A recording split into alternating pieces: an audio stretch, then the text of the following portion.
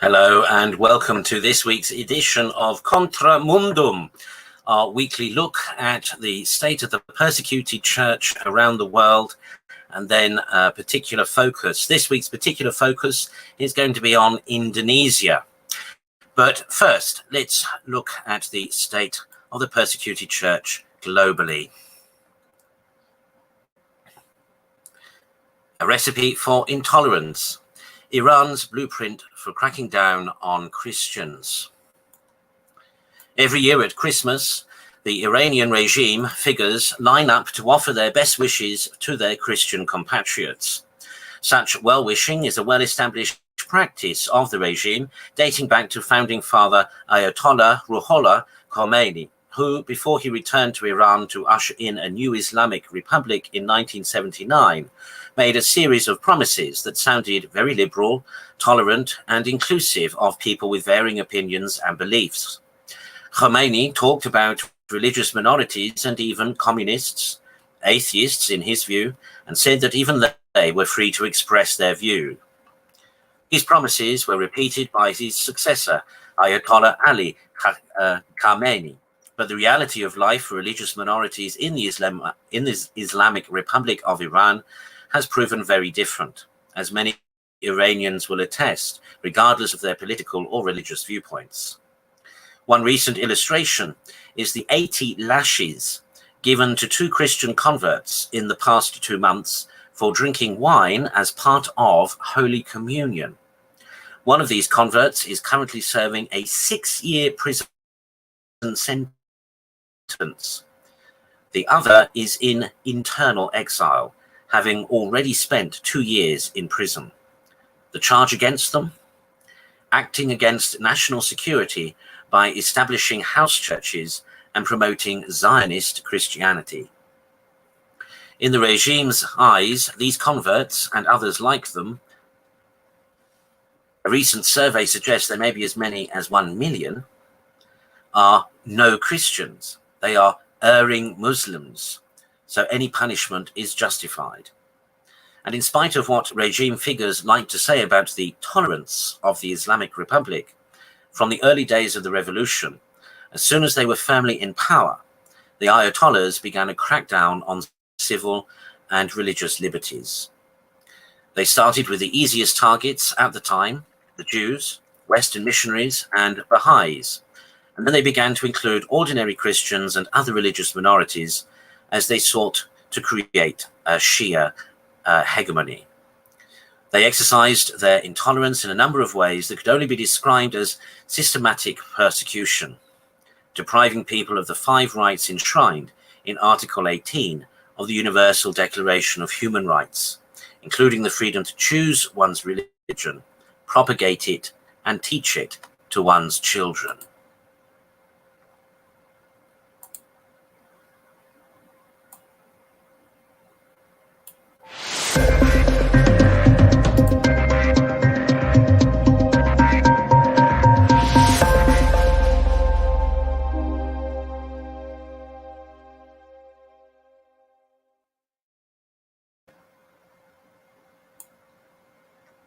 From Asia, justice for Christian street sweeper Qamar Mashi Bhatti, who was stripped and tortured.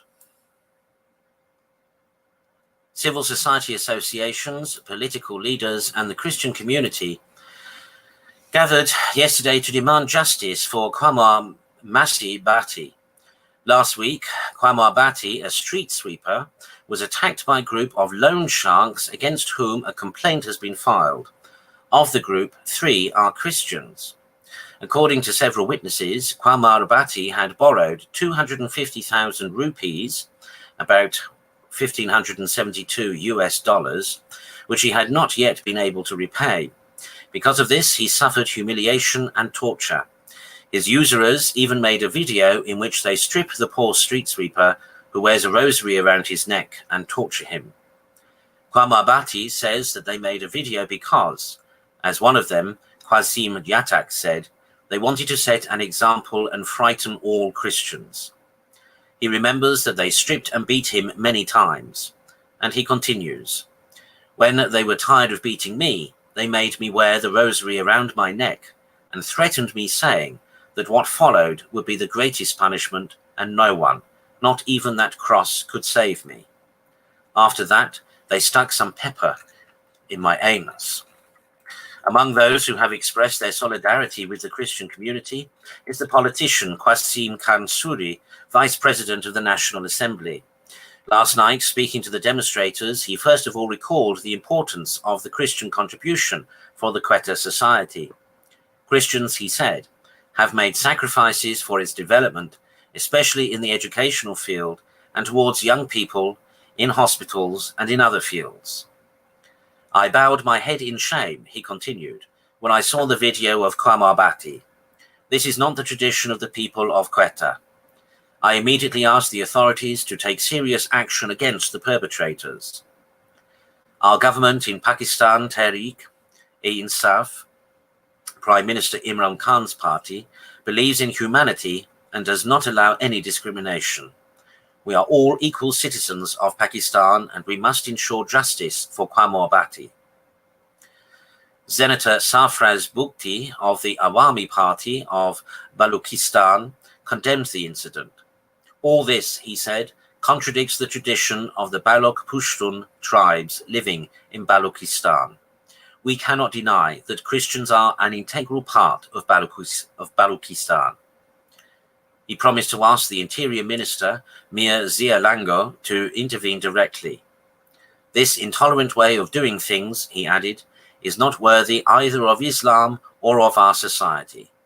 The authors of these hateful acts must be brought to justice. Nazir Masih of the Jamiat Ulema-e-Islam party said the authorities have failed because they do not guarantee justice for the victim and do not guarantee equal rights for the citizens of Pakistan. Islam, he continued, is close to every oppressed person, but what these mafia usurers have done to Kwamabati is a humiliation of humanity that no religion can allow, not even Islam.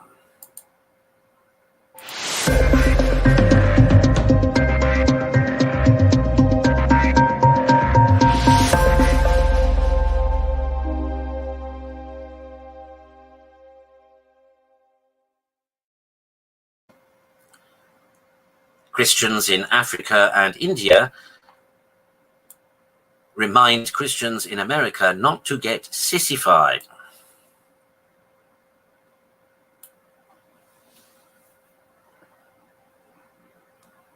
There is no question that some of the most essential freedoms in America are currently under attack.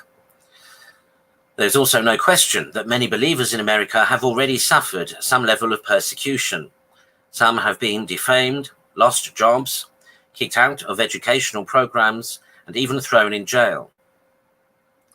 Last Thursday, an email from an American friend serving as a missionary and educator in Nigeria, where Christian persecution is extreme, wrote, "A Christian worker, a friend of my host, has just been attacked by Fulani herdsmen and has suffered grave injuries from a cutlass. He has lost a lot of blood. Please pray. Thank you." Some hours later, the good news was received. "Thank you for your prayers. His wife reports that our brother is alive and currently stable. He has deep gashes to his head and is missing fingers. May God steady his heart, protect his faith, and heal his body." This is a positive outcome. Only deep gashes to the head and missing fingers. But there was no way that this couple were going to deny their faith, despite this barbaric attack. A few days earlier, the same friend had texted about another Christian who had been kidnapped by Boko Haram terrorists demanding a ransom. More than a dozen had been kidnapped in the previous weeks, but at least they were not killed on the spot. Thankfully, this particular Christian was ransomed and his life spared. But this is the norm in the region in which these Christians live. Every day could be your last. And this is just a tiny snapshot of the horrors with which Nigerian believers live. As reported in August, Nigeria is becoming the biggest killing ground of Christians in the world. due to attacks by Boko Haram and Fulani militants, says a leading charity. International Christian Concern estimates between 50,000 and 70,000 Christians have been killed in the last decade in the West African nation, the most populous on the continent. Many would also argue that the government is either complicit or at the least looking the other way. In September, reports of atrocities came from Ethiopia, as an Ethiopian Christian leader called for an international inquiry into the slaying of hundreds of Christians, including pregnant women, children, and whole families, in ongoing Oromo Muslim extremist attacks in the parts of the Oromia regional state, extending south, southeast, and east of Addis Ababa since the end of June. According to reports, more than 500 were killed.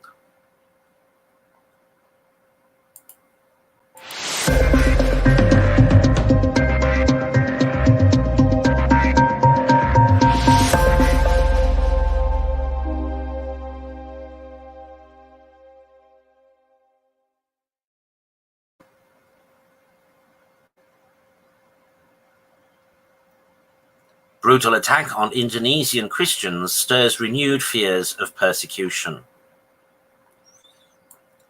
On Friday, November 27th, a jihadi attack took place against Christians in Sulawesi, one of Indonesia's largest islands. This vicious attack resulted in the mutilation and death of 4 members of the local Salvation Army, including at least 1 beheading, along with the torching of several homes and a Christian house of worship. This attack, which was preceded by a period of relative calm, has stirred up horrifying memories of similar brutalities in the same region beginning more than a decade ago. On New Year's Eve 2003, a bomb exploded at a Christian area market in Palu, central Sulawesi, killing 8 people and injuring 56. That May, another bombing in the predominantly Christian village of Tentena, Sulawesi, left 22 dead and at least 74 injured. Months later, the Associated Press reported the beheadings of 3 Christian teenagers in October. 6 men attacked 4 girls.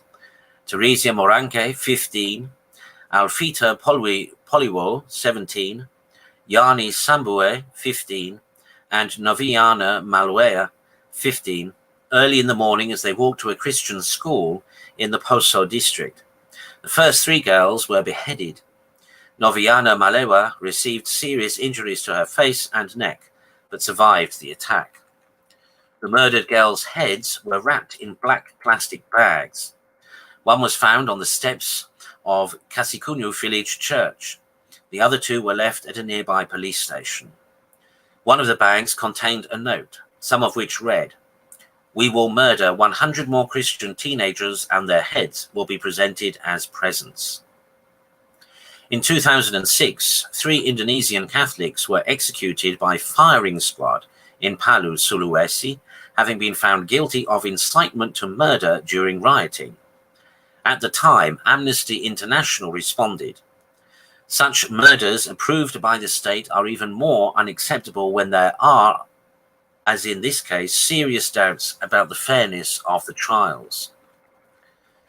Indonesia's population is 90% Muslim, but in recent years there have been largely successful efforts by Indonesia's government to enforce religious freedom. Other attacks have happened in various Indonesian cities over the years, but the region of Sulawesi has been a particular hotspot of Islamist terror. Sadly, this recent attack on Christians has renewed countrywide concerns. Central Sulawesi police have affirmed finding the 4 victims' dismembered bodies, but so far the identity of the killers remains in question. According to the BBC, the Salvation Army confirmed the killing of its members in a savage attack in a statement last week. Our hearts go out to our people who have been victims of evil and to the families of those whose faith have caused such harm. Indonesian President Joko Widodo condemned the brutal murder by suspected Islamist militants as beyond the limits of humanity. as the military chief prepared to deploy special forces to join the hunt for the killers. In a video address, the president said the attack on Friday in a region riven by bloody sectarian conflict in the past was designed to drive a wedge among the population in the world's biggest majority Muslim nation. That gross act had the purpose of provoking and terrorizing the people. They wanted to destroy the unity and brotherhood of our people, he said. We need to stay united in the fight against terrorism. Paul Marshall, a senior fellow in religious freedom at the Hudson Institute and a scholar who focuses on Indonesia, has spent much time there over the decades. These were his recent concerns regarding religious freedom and the situation specifically in Sulawesi. He explained, "The dominant forms of Islam in Indonesia continue to be moderate and tolerant, but there are threats from more radical groups. Only one of Indonesia's 34 provinces, Aceh, is governed by Sharia law, but some other counties and villages are restrictive according to Islamic standards. In Indonesia, there are also outright terrorist groups, some affiliated with ISIS, that have carried out sporadic violent attacks throughout the country, although they tend to be scattered and weak. Perhaps more ominous is the return from Saudi Arabia on November 10th of Mohammed Rezik Shihab, the founder of the Islamic Defenders Front, a radical militia. His reappearance has now emboldened more radical elements." According to current reports on the recent violence, the Indonesia government has indeed pulled in military special forces to supplement police anti-terrorism units in the hunt for the Sulawesi terrorists who are believed to be hiding in a remote area. Some locals have claimed to have seen and recognized the killers. Thus far, however, there have been no arrests.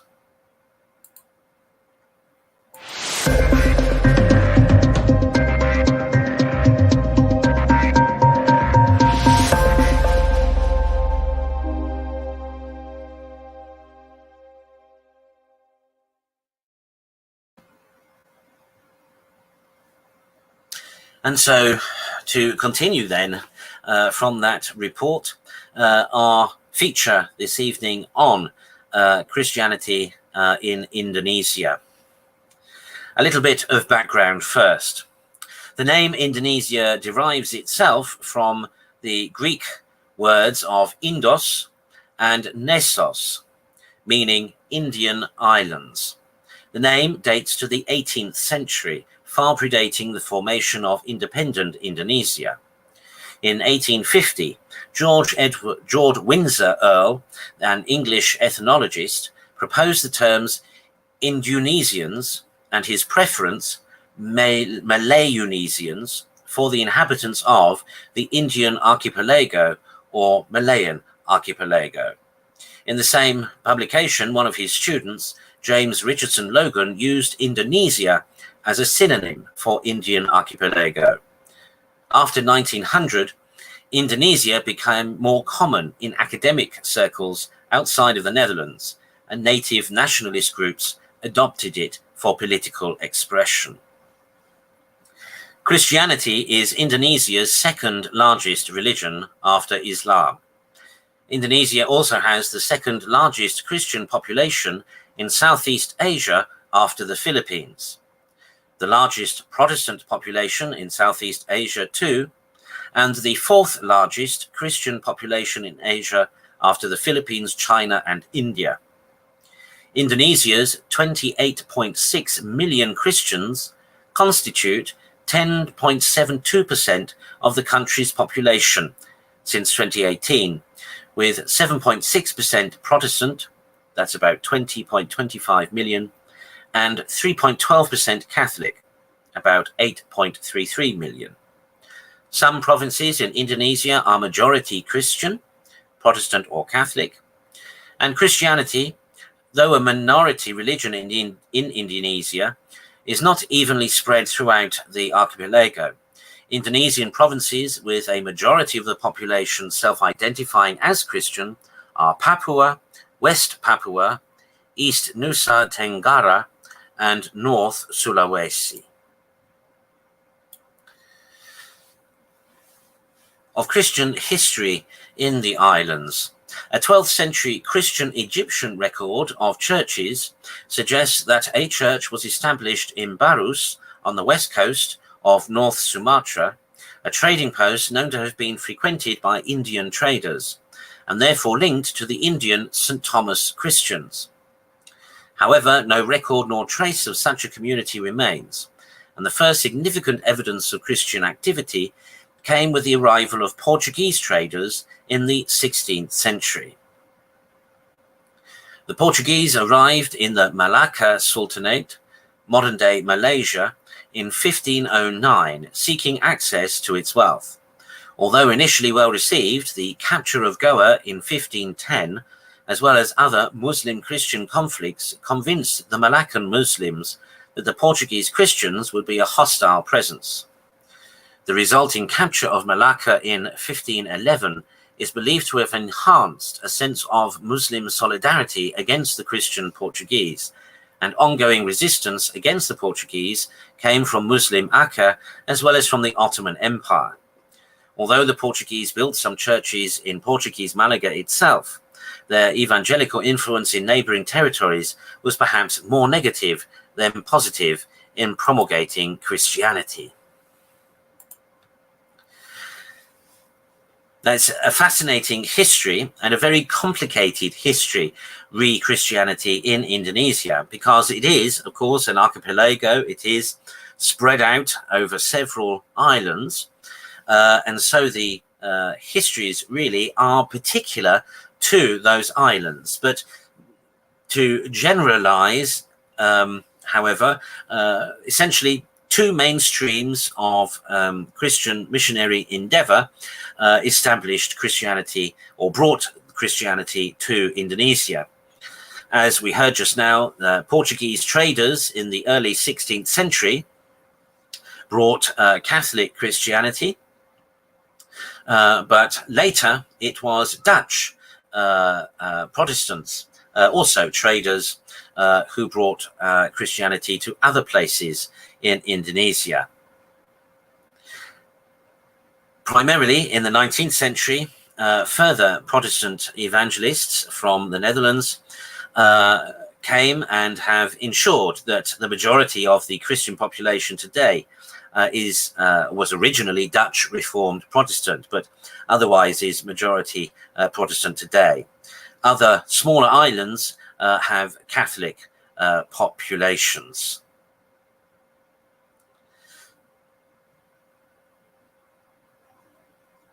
Now, it might sound incredible to us, for example, that there are something like 28,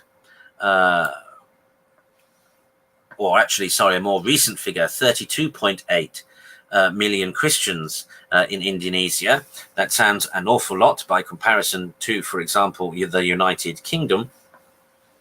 But that represents only 12% of the country's 269.5 million people, of which, of course, 90% or 88% are Muslim. Why are Christians persecuted in Indonesia? And this despite the fact that in the Republic's constitution, freedom of religion is supposedly enshrined. Persecution in Indonesia depends significantly on which region you're in.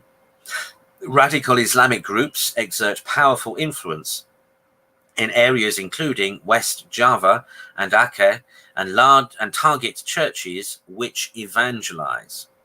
There is increasing threat from so-called Islamic State, IS. Indonesia has fallen 19 places on the World Watch List after being put at an unusually high place following coordinated attacks on 3 churches in 2018 that killed 18 believers.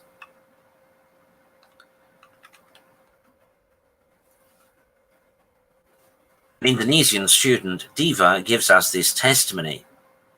In Islam, people are forbidden from talking about Jesus, despite him being mentioned all over the Quran.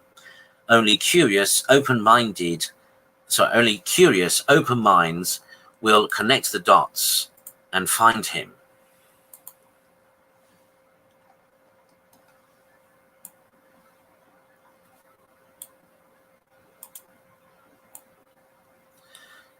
Believers from a Muslim background often face significant opposition from their families, who isolate and verbally abuse the converts.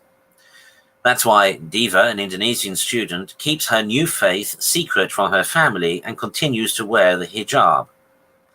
But every time I have the chance, I point my parents to Jesus in the Quran, even if it leads me and my dad to heated arguments, she says.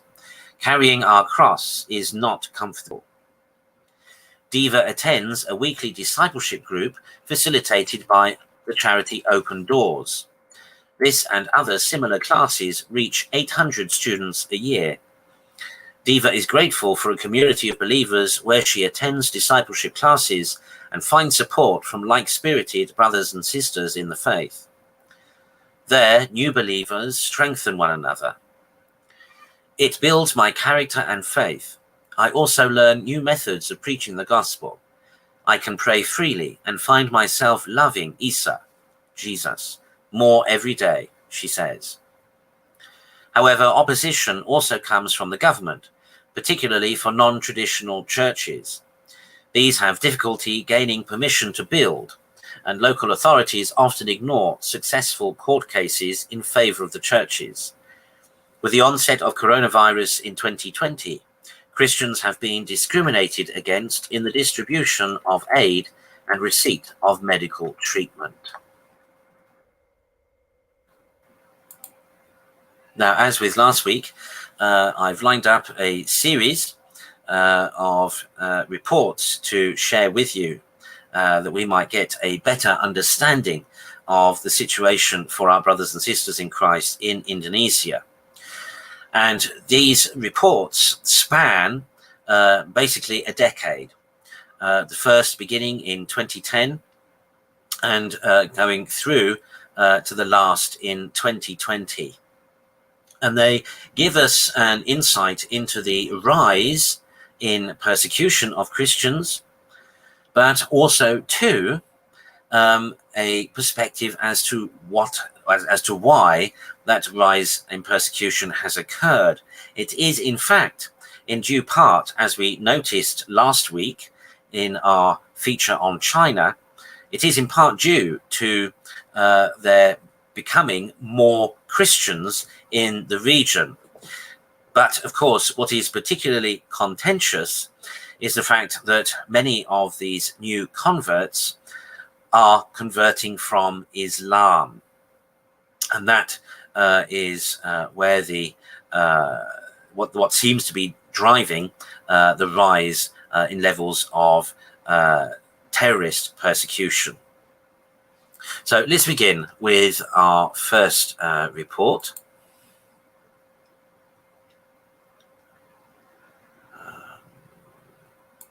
Bear with me when I set this up.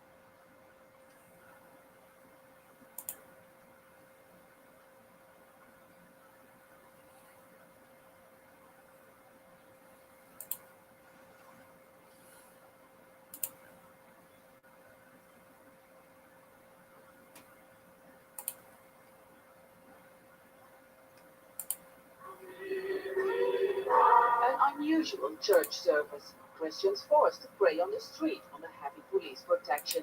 Their church in West Java was closed by the authorities after pressure from Islamic groups. By praying in the open,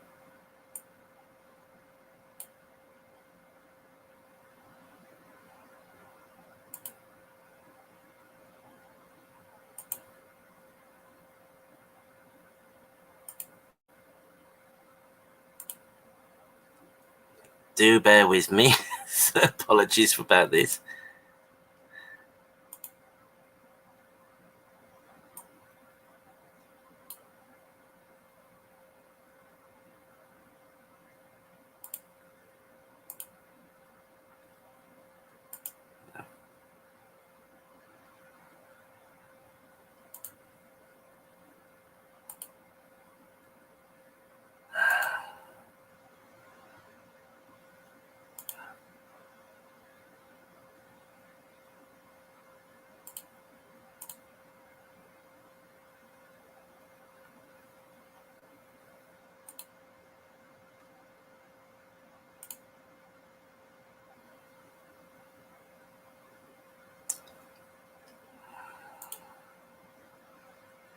Okay, almost ready.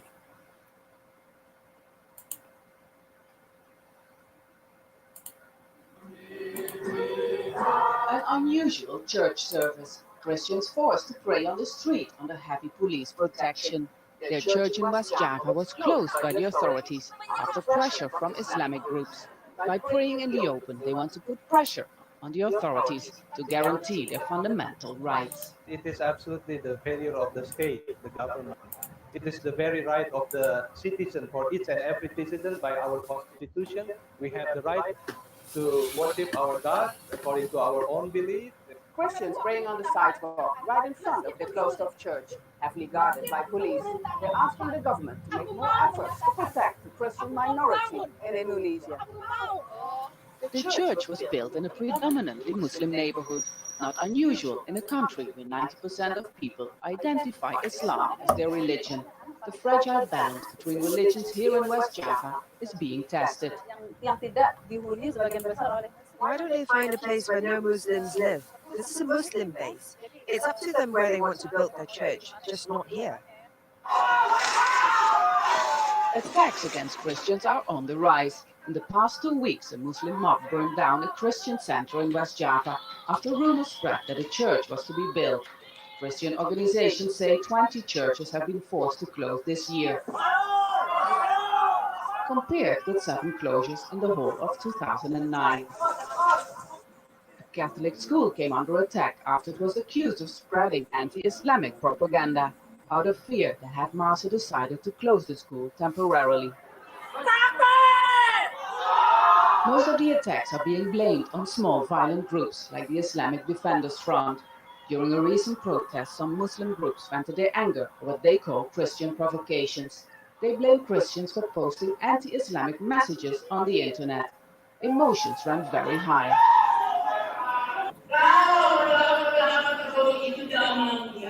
If the government won't do anything to stop them, we will just burn their churches. According to the government, recent attacks are no sign of growing religious intolerance. They say it's politically motivated, with regional elections coming up. Banning militant groups who use violence or even call for violence is not on the agenda. If he has already burned a church, we can punish him. But before that, we cannot do anything. But morally, it is wrong to make such threats. The government's stance is doing little to eliminate a growing climate of fear, where minorities like these Christians in West Java will have to fight harder for rights that others can take for granted. Step fast, Al Jazeera, West Java.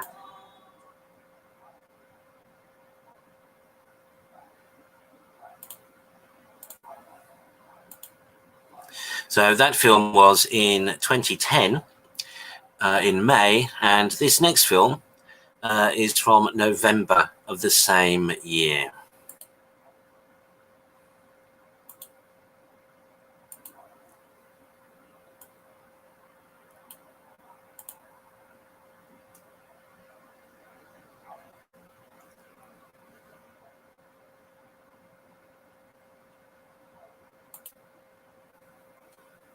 No.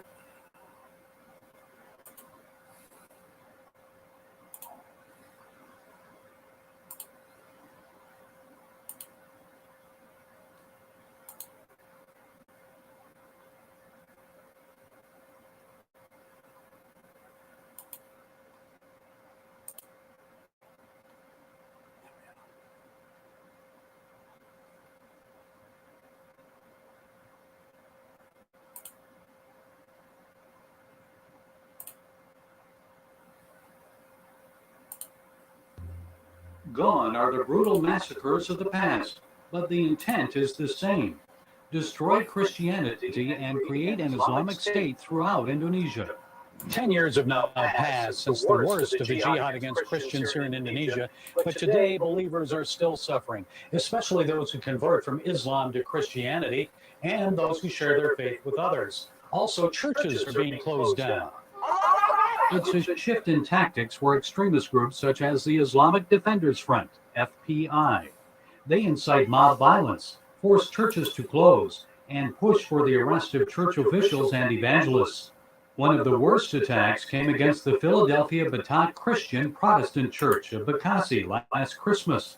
A mob similar to this one gathered at the local mosque and then tried to prevent the Christians from meeting at their newly built church. Pastor Balti says the mob grew to about 1,500. Some threw stones and were shouting, Allahu Akbar, God is great. Others were calling us kafirs, infidels, and pigs and yelling obscenities. Some carried sticks and others shouted, burn the church, close it down. Local officials closed the church last January. Since then, Christians have worshipped outside every Sunday in front of the church gate. Angry Muslims placed cow manure, broken glass, and dead rats in the street the night before in hopes of deterring worship attendance. The Indonesian constitution guarantees religious liberty, but Christians say they experience less freedom than the Muslim majority. Mosques are being built, but few new churches are allowed for a growing Christian population. Gary Lane, CBN News, Jakarta.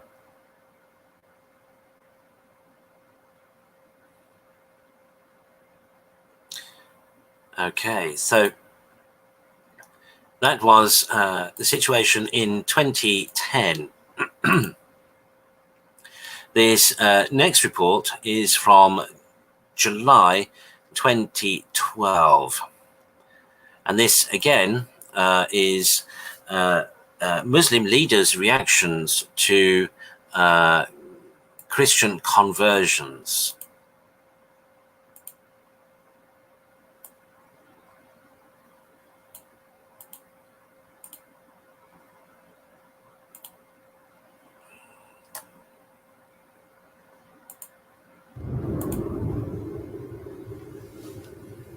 This is Maryam. She is 16 years old, an Indonesian Muslim living with her parents and younger brother. In the next 15 seconds, she is going to leave Islam. This is why.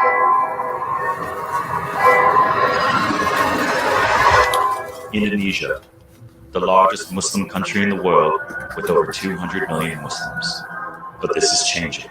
Approximately 2 million people in Indonesia leave Islam for Christianity every year. Statistics from the International Crisis Group 2012 indicate that if the growth continues at its current rate, by 2035, it would cease to be a Muslim majority country.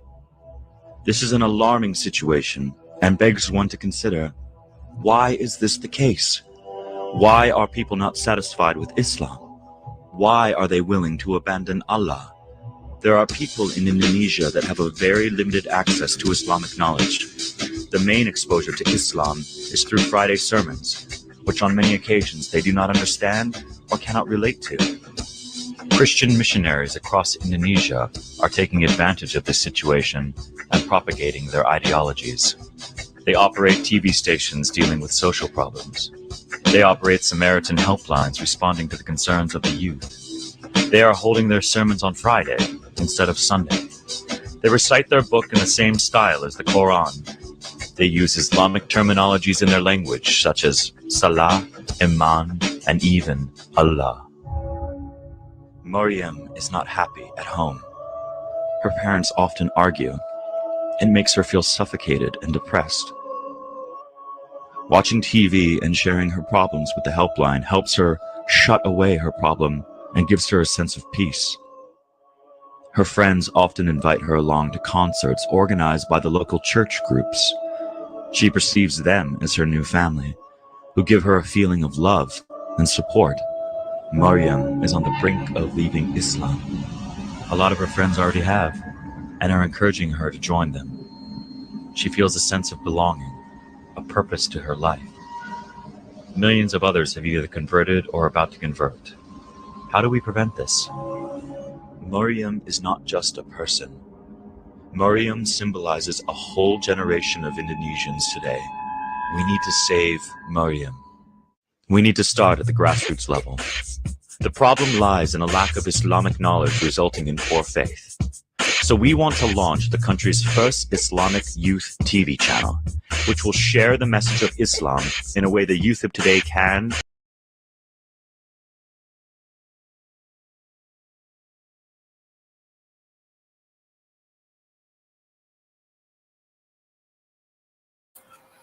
So, with apologies there for the the subsequent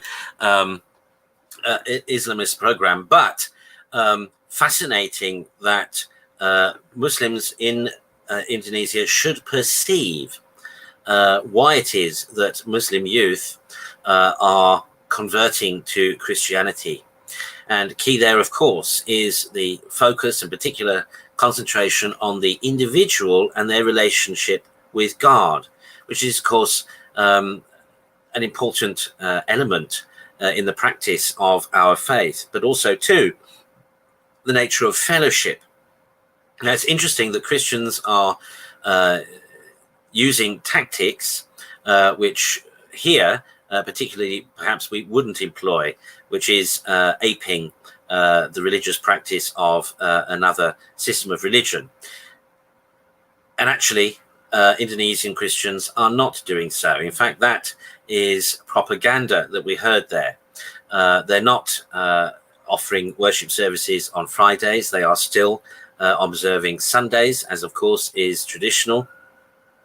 But otherwise, certainly they are providing support services, particularly to young people, particularly like a Samaritan's helpline, which gives Muslim youths the opportunity to talk through and share their concerns, which of course are the same for young people all over the world.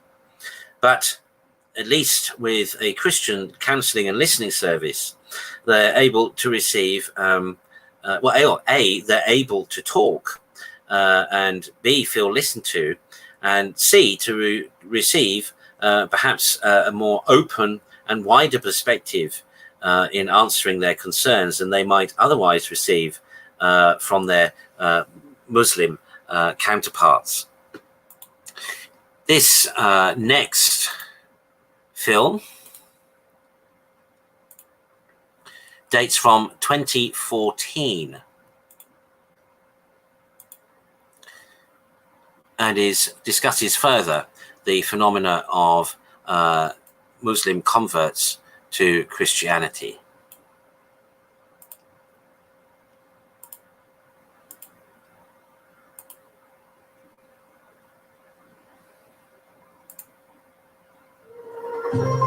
Dia telah menjadi pengikut Isa alaihissalam selama lebih dari setahun.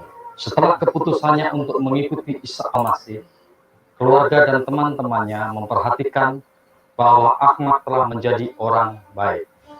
Dia menjadi seseorang yang lebih mengasihi dan bertanggung jawab dan lebih setia berdoa dan menceritakan imannya dalam Al-Masih kepada istri bersama anaknya. Isa, of course, is the word Mereka for berkumpul Jesus. bersama sebagai keluarga untuk belajar kitab suci Injil dan berdoa.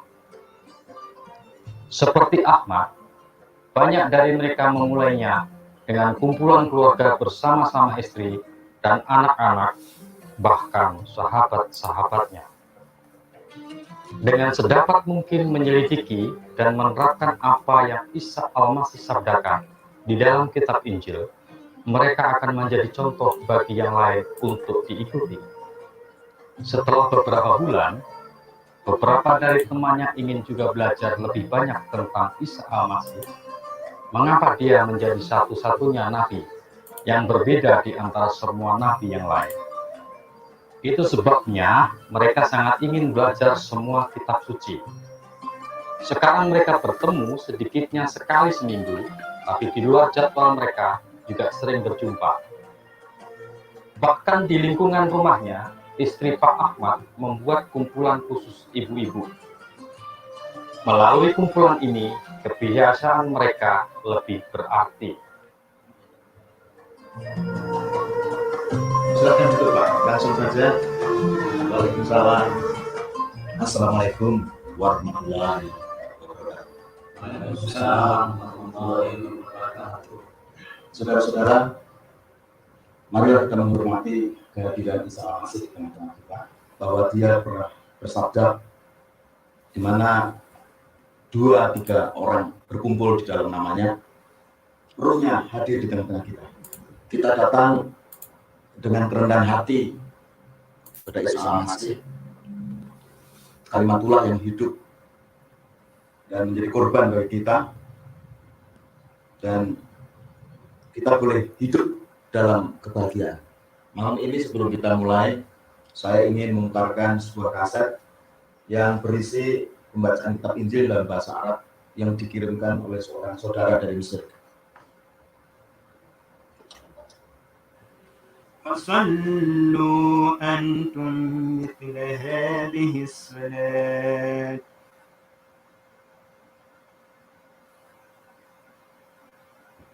Ada yang bisa memberikan sesuatu tentang kebaikan Allah. Saya sungguh-sungguh menginginkan waktu-waktu seperti ini bersama saudara-saudara semua. Pekerjaan saya membuat saya mengunjungi 3 kota yang berbeda. Dan sekarang saya sadar bahwa saya membutuhkan pertemuan seperti ini lebih dari yang saya perkirakan. Kira-kira 2 minggu ini, saya merasa tidak tenang dan saya sungguh tergoda untuk melakukan perbuatan yang saya lakukan pada waktu saya masih bujana, yaitu melampiaskan hawa nafsu. Saya sungguh menyesal dan malu akan pikiran kotor itu, walaupun kali ini saya tidak sampai melakukannya. Saya tahu apa yang Bapak rasakan. Bapak tidak perlu malu dengan hal itu. Katakanlah kepada Allah bahwa Bapak menyesali pikiran itu, maka Allah akan mengampuni di Bapak di dalam nama Isa. Rahmat. Ya Allah, ya Tuhan kami, berikanlah kami Roh Kudus-Mu, karena kami memintanya di dalam rahmat-Mu, Isa Al-Masih, junjungan kami yang ilahi. Amin. Ya Rabbal Alamin. Ingatlah untuk mengajarkan hal-hal ini pada keluarga Bapak-Bapak.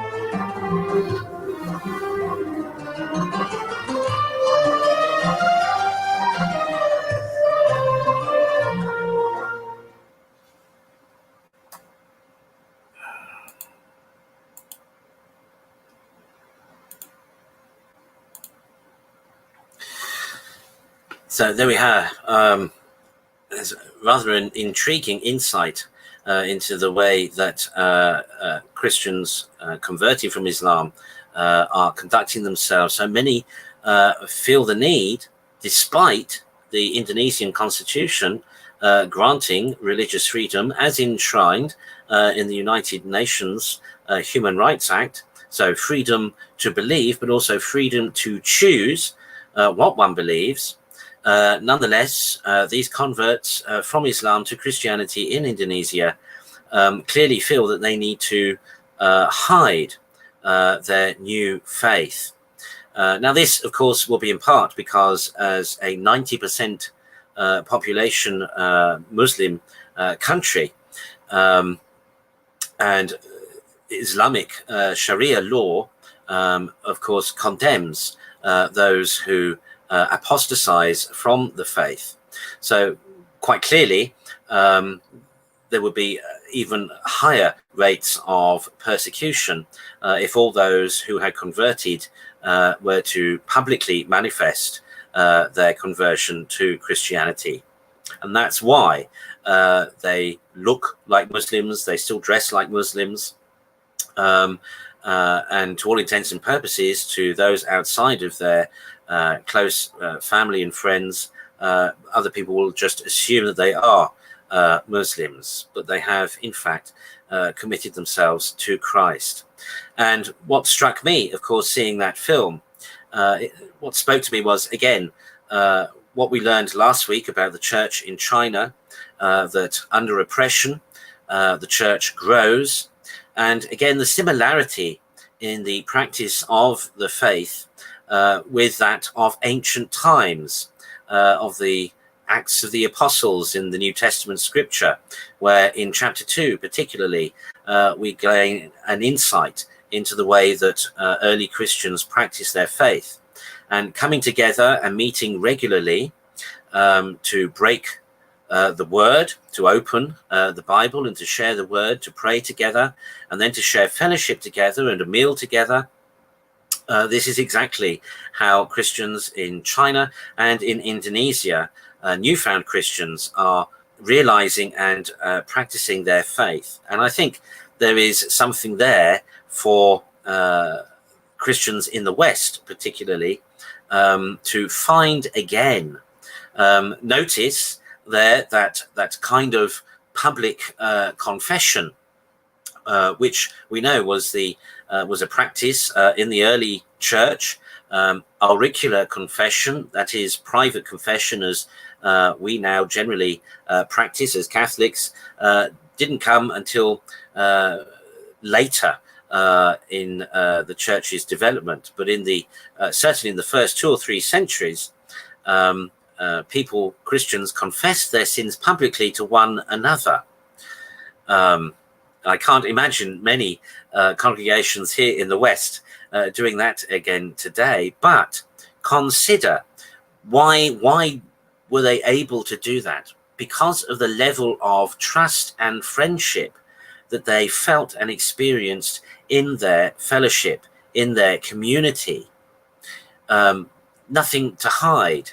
And as the pastor in that group there said, there is no shame in confessing to God, and to do so with faith and realize that a humble and contrite heart the Lord will not despise. So it's lovely to see that these newfound Christians are experiencing the faith and living the faith in much the same way that early Christians did 2,000 years ago. And of course, too, with that element of secrecy. During the particular times of persecution in the first 3 centuries of the church's existence, Christians, of course, would meet together in secret. We know this from all sorts of records.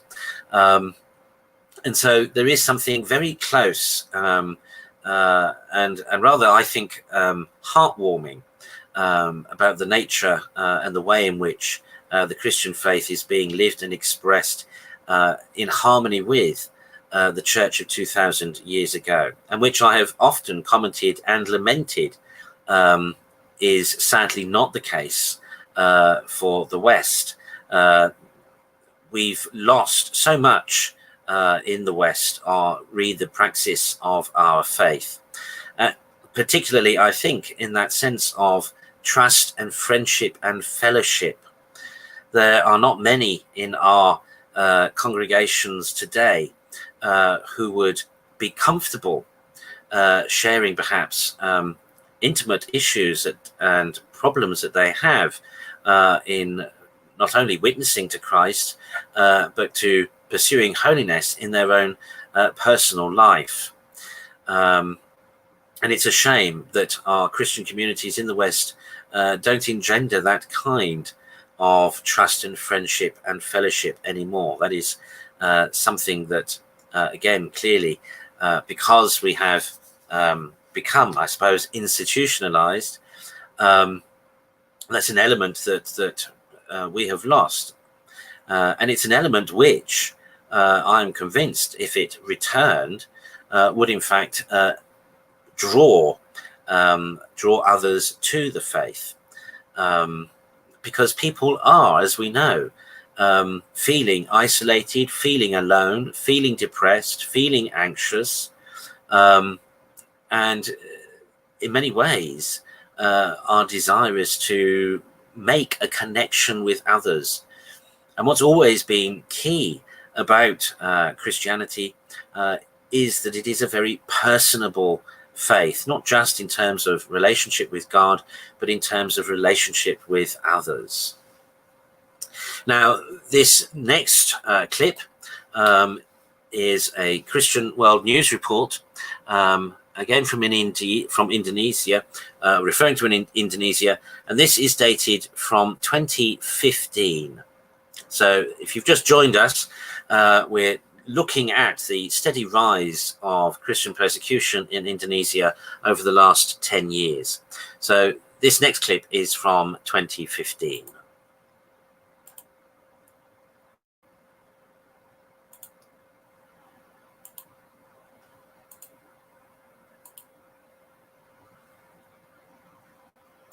To violence in jail, Indonesia's church is adding more people every day. Welcome everyone to Christian World News. I'm Wendy Griffith. George Thomas is on assignment. Radical Muslims are pressuring officials to close churches and jail pastors in Indonesia. That's not all. The militants stir up violent mobs to destroy the buildings and threaten believers. But that's not stopping the church from growing in the world's largest Muslim-populated nation. CBN Asia correspondent Lucille Tolucin reports from West Java. Shouting bongkar, which means tear down. These Muslim protesters are demanding a Christian church be shut down. Scenes like these are common in some Muslim-dominated areas in Indonesia. In a city in the province of West Java, all of its 29 Christian churches have been forcibly closed, even after meeting the requirements needed to operate legally as a church.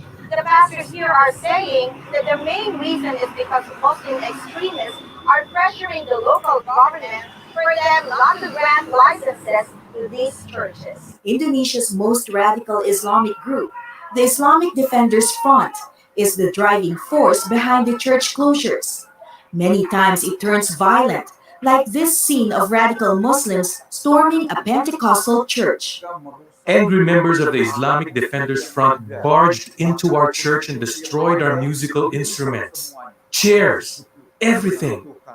It's been more than a year since I passed all requirements to obtain a legal permit for our church, but the local government did not pay attention to it. And because I was holding Sunday service without a permit, they put me in jail for 3 months. My arrest was illegal, but the police arrested me because the angry Muslims were waiting outside the church. But even behind bars, Pastor Bernard continued to share God's message. Christians inside the prison invited me to give the sermon. I preached that God never leaves us and He is present in each of our situations. This blessed the prisoners, including the Muslims. They asked me to pray for them, Christian style. And when I laid hands on the sick, they got well. For several months, Pastor Bernard's church held services in an open field. Today, they are worshiping in private homes. Pastor Caleb's church has not been targeted by the radical Muslims, and that's because a Muslim leader, who is his friend, protects them from the Islamic Defenders Front. I have a good relationship with this Muslim imam. I shared with him that Jesus is not only a prophet, that he is also God. We respect each other's beliefs, but he also reads the Gospels, which is part of the Quran, and I heard him preach about God's love in the mosque. Despite the persecution of Christians, Pastor Caleb says reliable research shows the number of Christians in Indonesia has significantly increased. Indonesia is now 20% Christian. There can be more, but in their IDs, they are still Muslim. There are also the underground churches. Indonesia still has more Muslims than any other nation in the world. But Pastor Caleb believes that the rise of Christianity will bring a spiritual and societal transformation. Lucille Tolucin, CBN News, West Java.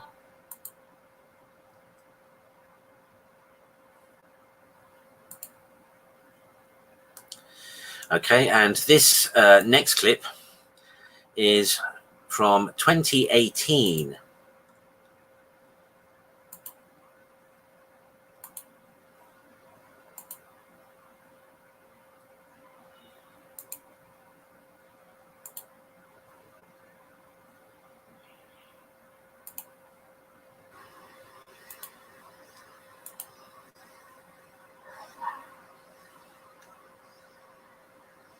Secara pribadi kami ya hal itu sangat kami sesalkan.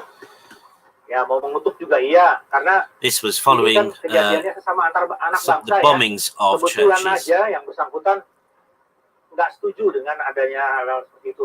Tapi kalau mau begitu dipikir-pikir lagi lah, jangan kasihan juga bawa keluarga, bawa ini, dan banyak orang yang tidak berdosa yang nggak tahu apa-apa yang jadi korban.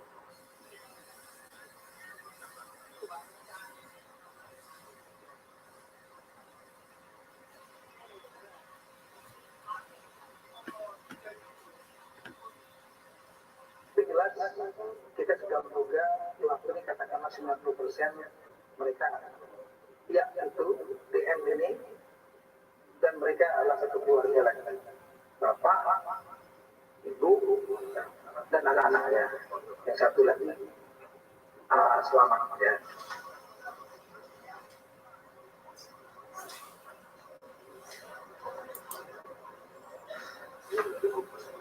Kita tidak menyangka bahwa imbas dari kejadian di Makobrimob itu tidak selang beberapa lama terjadi juga di Surabaya. Jadi itu memang membuat kita kaget ya. Reaksi pertama itu pasti ya sedih.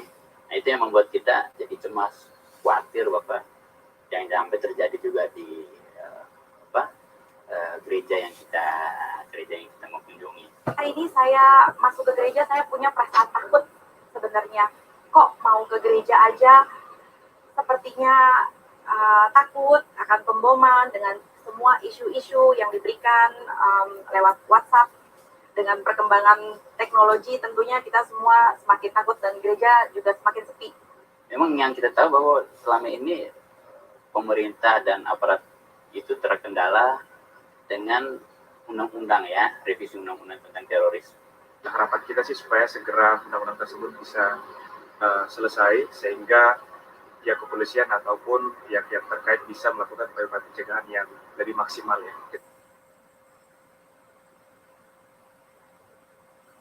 Pemerintah mohon hal-hal seperti ini bisa dicegah dengan cepat sehingga nggak berlarut-larut, dan juga kalau untuk penanganan selanjutnya tidak ada yang menang, tidak ada yang kalah, namun kita sama-sama menyelesaikannya bersama-sama, karena apa yang terjadi ini adalah introspeksi buat kita semua supaya kita lebih awas dan juga kita lebih saling berbagi lagi, saling memperhatikan satu dengan yang lain. Saya berada dalam gereja, mungkin juga kalau misalnya kita tetap berpegang teguh kepada Tuhan, saya itu lebih mempunyai iman bahwa Tuhan itu lebih besar dari apa yang sekarang terjadi.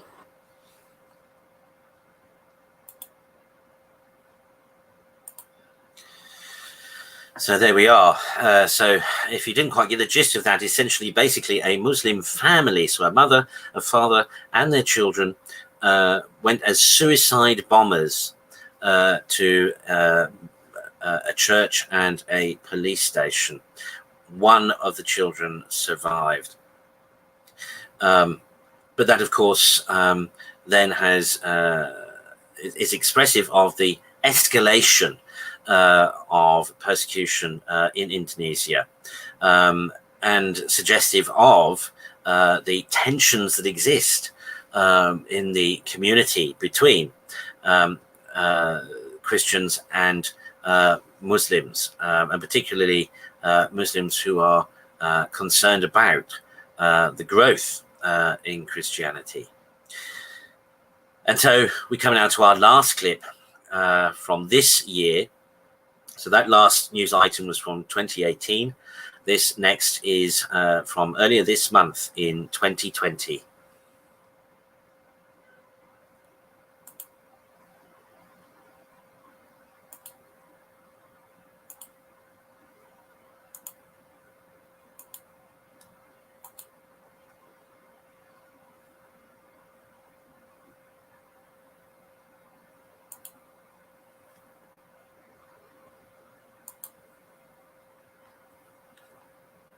We have to be careful about mentioning jihadis because YouTube's trust and safety team has decided to protect them from criticism. Jihadis are now a protected group on the platform. And we have to be careful about mentioning the persecution of Christians because YouTube's trust and safety team has decided that it's hate speech to talk about the persecution of Christians. With that said, we do need to report the latest attack in Indonesia, but I'll try to soften the information as much as possible by only quoting an Islamic news source. Al Jazeera reports. A manhunt is underway after a group of sword and gun-wielding attackers killed 4 people in a remote part of the Indonesian island of Sulawesi, including one who was beheaded and one burned to death. The ambush took place in Lambantangoa village in central Sulawesi province on Friday morning. Authorities said the victims were members of a Christian community, but a police official said the assault was not religiously motivated. The attackers also torched half a dozen homes, including one used for regular prayers and services, police said. Al Jazeera accidentally pointed out that the victims were Christians. Apparently, Al Jazeera has forgotten that the code word for Christians who are slaughtered in the name of Allah is Easter worshippers. That rule was established in the aftermath of the 2019 Sri Lanka church bombings. But it is good to know that the attack in Indonesia was not religiously motivated. Police were hunting the suspects on Saturday, and no arrests have yet been made. Authorities blamed Sulawesi-based East Indonesia Mujahideen, MIT, one of the groups across the world's biggest Muslim-majority nation that have pledged allegiance to ISIS. We reached the conclusion that they, the attackers, were from MIT after showing pictures of its members to relatives of the victims who witnessed the ambush, said Yoga Priya Hutama, Sigi Regency Police Chief. The makeshift church that was attacked was empty at the time of the early morning assault, he added. So, jihadis who had pledged allegiance to ISIS slaughtered Easter worshippers and attacked a church, but the attack was not religiously motivated. These terrorist attacks never are they? People were just in their homes when it happened, Priya Hutama said. Lambantangoa village head Rifai, who, like many Indonesians, goes by one name, said one victim was beheaded and another was nearly decapitated. Some residents managed to escape, but the victims didn't make it, Rifai told the AFP news agency. One of the other male victims was stabbed, while a fourth was burned to death in his home, he added. So, of the 4 Easter worshippers who were slaughtered in the name of Allah in a terrorist attack that definitely wasn't religiously motivated, one was beheaded, another was nearly beheaded, meaning that his head was still partly attached to the rest of his body, one was stabbed to death, and one was burned to death. Jihadis may not be good at anything that would improve the world in any way, but when it comes to slaughtering people in lots of different ways, there's no one better. A little more about the victims. The Salvation Army Church in Indonesia said the victims were their members and condemned the violence as an inhuman act. We would like to express our sorrow and condolences to the deceased's families and members of the congregation who were affected, the Salvation Army said in a statement. Well, that's the latest on jihad in Indonesia. To the YouTube Trust and Safety Team member who is watching this video, to make sure it contains absolutely no hate speech, please note that I did everything YouTube has demanded of me. I didn't mention that the terrorists are Muslims. I didn't mention that the victims were Christians. I've conformed totally to the messages you morons and cowards on the Trust and Safety Team sent me, especially the messages informing me that jihadis are a protected group and that anything that might offend them is hate speech. I hope this short video about Easter worshippers being beheaded and nearly beheaded and stabbed to death and burned alive won't get me into any trouble with your amazing platform, which has become increasingly dedicated to protecting anyone who decides to slaughter Christians. By all means, keep patting yourselves on the back from the comfort of your safe spaces over there at YouTube headquarters. Maybe, if you keep using your platform to shield jihadis from criticism, they'll praise you for your tolerance.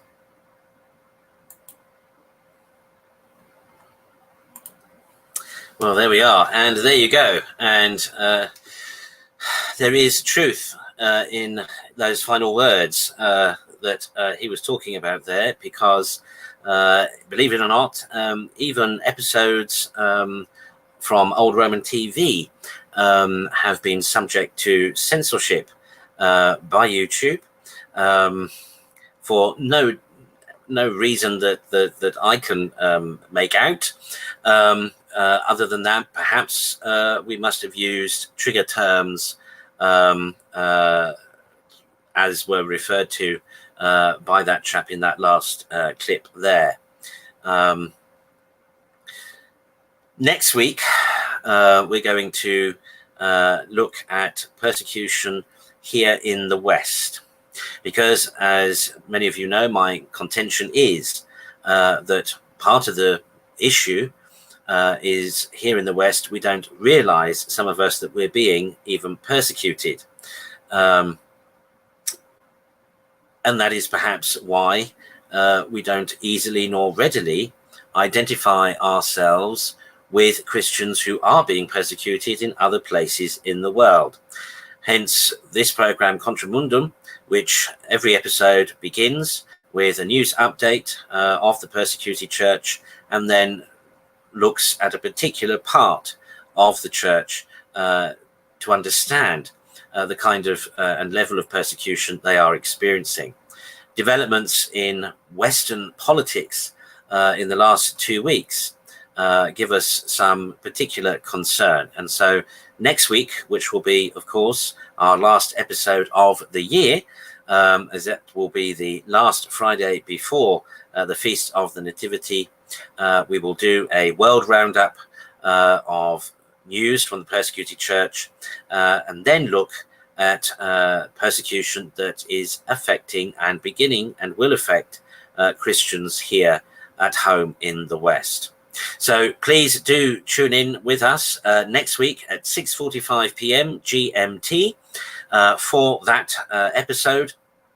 Meanwhile, please continue to pray for the church everywhere. Pray for the Persecuted Church. Do your own research and discover and learn the stories of the testimonies and witnesses of faithful but persecuted Christians elsewhere, and share their testimony with others, especially with other Christians here in the West, so that we may indeed, as one church, one body in Christ, share the experience and reap the benefits, by which I mean the outpouring of charity and thus conversions that occurs wherever and whenever the church is oppressed. So this was Contra Mundum, Indonesia. Thank you for watching, and we hope to see you next week. Don't forget that on this channel tomorrow is, aside from the broadcast of Mass and the Angelus, tomorrow evening is our end of the week current affairs panel discussion show, Old Romans Unscripted. Meanwhile, until next week, take care and God bless.